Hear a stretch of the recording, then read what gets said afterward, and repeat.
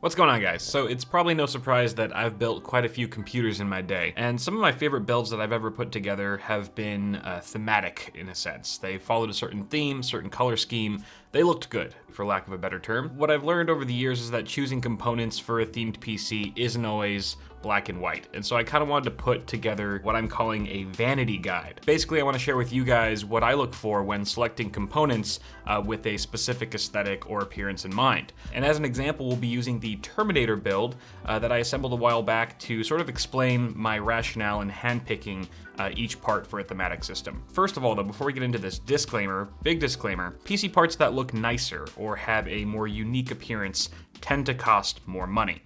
So make sure that you're completely satisfied with the performance of your PC first before you start spending extra money on aesthetics. What I sometimes will do is I'll make two separate parts lists that both achieve the level of performance, the base level of performance that I'm desiring. But one of those lists will feature basic components that simply get the job done in terms of performance, don't care what they look like whatsoever. And then the other list has parts that meet my preferences aesthetically. And then I'll find the cost difference between those two lists and decide if the extra money spent on aesthetics is worth it, not worth it, or somewhere in the middle where you'll have to pick and choose which parts to keep and which ones to let go of for cheaper options. Also consider how else you could be spending that cost difference, right? You could be putting it towards a faster GPU, maybe faster CPU, a bigger SSD, a bigger case, or you could simply pocket it and not spend it at all. All that said, just a disclaimer, if you're still so inclined to put together a great looking PC that may even turn some heads, then carry on, this video is for you. Also, we're not touching any custom water cooling hardware today because there's so many variables there that would require its own video. So maybe I'll do a follow-up if this one gets any traction, so. Honey, look! I built this a dual PC. 2 systems inside one case with 1 power supply. Why? Because, silly, it takes up half the space of our old PCs, fewer parts means more money saved, and it provides an incredible streaming experience. Best of all, there's no more contest of whose rig is better. With a dual PC, there's nothing left to stand between us. Cool. I call the top system. That's fine, I'll take the one with the integrated graphics. No problem.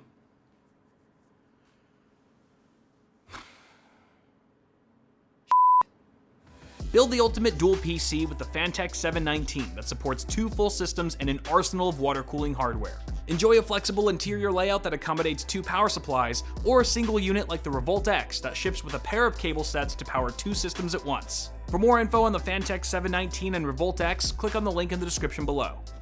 Before you start picking out components, you should already be thinking what sort of build you want. Do you want something that's overall more minimalistic and clean, more subdued, understated, or are you trying to go loud and aggressive? You want it really stylized, and there's other features there too. Do you want it to be more sharp and angular, sort of edgy? Or are you looking for more of a soft and rounded look? The sky is the limit for colors that you choose as well. Back in the day, before RGB, I've mentioned this in other videos, components, as I'm sure a lot of you guys know, came in a wider variety of colors to choose from. But with the onset of RGB, manufacturers began making their parts more color neutral, black, gray, white, silver, the basics, with a few outliers here and there, so that user-defined lighting color didn't clash with the parts themselves.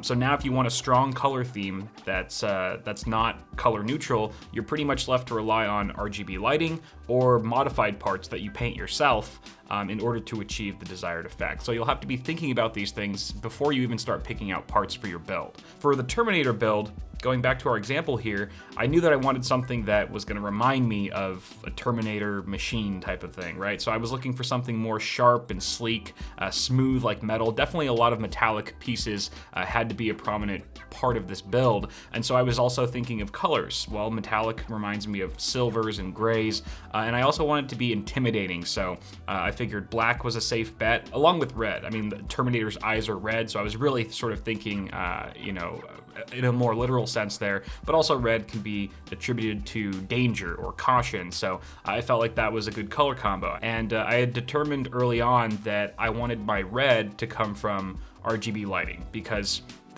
Even though red does have a pretty dominant presence in terms of painted components on the market, there's a dearth of options compared to, you know, the more color neutral tones out there. So I figured the red would also work well with RGB because, you know, a Terminator's eye is not only red, it's an LED itself. So I figured going that route made a lot of sense. All these different ideas and concepts, I sort of gathered them together and they became my thematic guidelines that I would keep in mind throughout my whole part selection process, which started with my case. Now for a themed system, I don't always pick out the case first, but I do a lot of the time because I feel like if aesthetics is a really strong point of the build, well, a case is the first thing that you see most of the time. So it makes this immediate first impression. It's an extremely important part of your theme. Now right off the bat, I'll consider what size of a case do I want, because even though size doesn't necessarily determine how a case will look, apart from the variants in different models available, it does determine what kind of motherboard you can choose, what kind of CPU cooler or GPU you can use.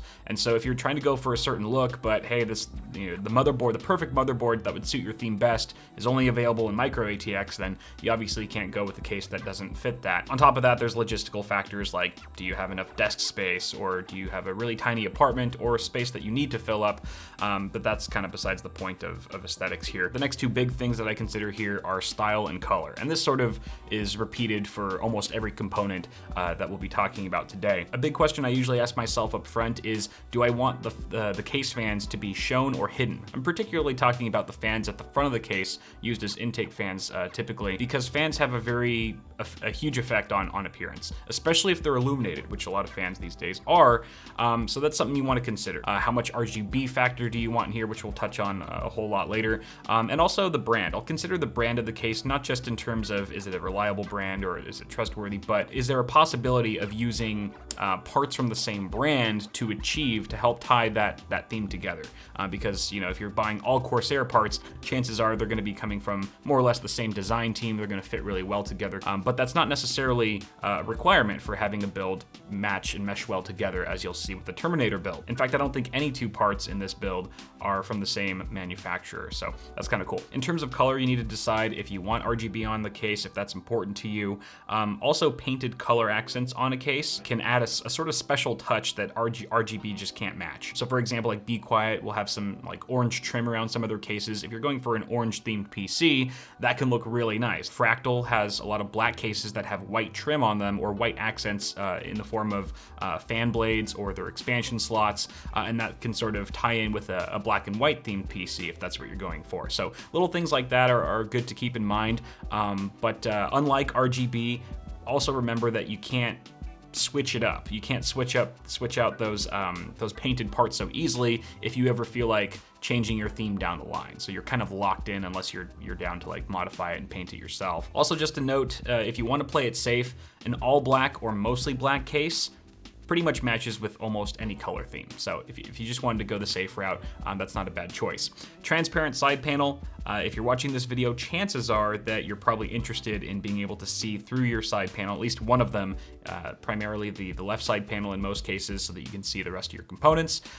If not, then you can pretty much stop watching this video now because you can't really see anything else, obviously. So for the Terminator build, I went with the Inwin 905, which I thought was just a perfect chassis for our theme. It's super sleek with silver brushed aluminum all around, and it's kind of intimidating. Not from an aggressive standpoint, but it just has this sort of, it exudes this powerful elegance in a way. It's a monolith of metal and glass, basically, that adds a visual weight to it, which kind of makes it look like an immovable object. There's very little RGB, just this little piece at the bottom here, but that didn't bother me. I already had it in mind that I would rely on interior lighting to provide most of our red glow. Now, a quick aside on our CPU, it doesn't matter. Because we're obviously covering that up with a CPU cooler, which we'll talk about a CPU cooler, but yeah, we don't really need to talk about this. Just make sure you use thermal paste. Motherboard. So again, like our case and the vast majority of other components, the aesthetics here should mesh with the desired look of your build as a whole. For the Terminator build, I chose the ASRock X570 Tai-Chi. You can see here, there's loads of silver and metallic accents. The diagonal lines on the chipset heatsink and over the I/O, those sort of complement the sharp edges of our case, and there's sort of this steampunk vibe going on here where we've got some machine elements like a gear, like some cogs and stuff, which, I mean, mean, it sort of fits perfectly with Terminator in my mind. And there's also just a very subtle RGB lighting on the heatsink area, as well as, I believe, up here. I didn't really need to have a ton of RGB on the motherboard because it usually gets covered up by your GPU and your cooler and that sort of thing. But I thought the subtle RGB lighting here would be a nice way to introduce the red glow to our build. Now the same rules apply here for picking out memory, right? You're looking for similar design cues, similar color scheme. So for the Terminator build, I went with the G.Skill Trident Z RGB Neo DDR4. And these were the perfect sticks, honestly. These are some of the sharpest sticks in the game, which sort of match the angular lines on our motherboard. I mean, look at this, like diagonal here, you've got some diagonal 45-degree lines there, maybe not quite 45, but close enough. And then you've also got this sort of angular design here, which just is like exactly matching our motherboard. Plus, look at the silver. I mean, the silver is dead on with our board. So all those things together just made these two parts almost look like they were from the same brand, honestly. And I really like the fact that these memory sticks have a huge RGB surface area. Pretty much the entire front is RGB, so that was gonna provide a huge amount of our red glow, and it's sort of in a front and center location in the build that's gonna be very visible. Apart from that though, you do wanna be careful not to have all of your RGB lighting in one area in your build. You want to spread it out evenly. You know, having a lot of concentrated lighting in one area doesn't look quite as nice. So right when I picked out these sticks, I was already thinking of ways that I would introduce more red glow into our build by the end of this. Now moving on to our GPU. This is a pretty straightforward part to choose. The first thing you want to look for is size. Now, I typically recommend that you pick a GPU that is sort of proportional to the size of your case. So if you have like a full tower, full size, you know, EATX tower, don't buy like a 6 or 7 or even an 8-inch graphics card. Buy like a beefy mother effer, you know, and slot them in there because it's just gonna look a lot more proportional. It'll look kind of funny if you have this diminutive looking card inside of a massive case. There will be too much negative space. It won't fill the space well. Conversely, don't buy a massive card for your, you know, teeny tiny system. There's also factors that come into play there, like is it getting enough cooling for how big of a card it is? If it's super big, it might be a faster card that requires better cooling, and that's a whole other thing. That's performance. Let's keep it focused on aesthetics here. But from an aesthetic standpoint, you do want to find a GPU that is going to match your case in terms of size. Also consider which way your GPU is facing in your build and which sides of it will be most visible, because those are the areas that will have the biggest visual impact on your theme. Apart from that, follow your theme guidelines, right? So for the Terminator build, I went with the RTX 2080 Super. The Terminator build was actually in celebration of this card's launch, so I kind of had to use it. But it also matched the theme pretty well. It has one of the nicest and most high quality metallic finishes of any graphics card, and it's silver. It also has a very lovely silver backplate, metallic backplate, that is going to be visible, definitely, because we're mounting this in a more traditional orientation in our case, where the backplate and the side of the graphics card is going to be shown the most. On top of that, the card just has these sort of sharp edges due to the machining process, along with these soft, rounded corners that is almost a carbon copy of the design language of our case. The one downfall is the green LED that you can't change. So if this was my personal build, then I would have either unplugged the LED just to turn it off entirely. That would have looked a lot better in my opinion, or I would have modified it myself and swapped it out for a red LED. That would look even better. This will be the top comment, I'm sure. You know, makes an aesthetic build guide, mixes green with red. I'm aware it's ugly. I'm not recommending you do this. This is just what I was able to do at the time. But moving on to our CPU cooler. Huge differences in overall aesthetics, right? Air towers can be very effective at contributing to your theme, but note, the bigger it is, the more it's going to obfuscate your motherboard and potentially your RAM, and sort of steal the attention away from those components. Sometimes I use a big air cooler because I'm not using a board or memory sticks that I'm super fond of. So I actually kind of use it as an advantage to cover some stuff up. But air coolers are looking better and better every day and can be a great choice cosmetically. On the other hand, liquid AIOs show off more of your build. They typically feature RGB more often than air coolers, and they bring sort of a unique look to the build as well with water cooling tubes and a radiator and that sort of thing. thing. So for Terminator, I chose the H100i RGB Platinum from Corsair.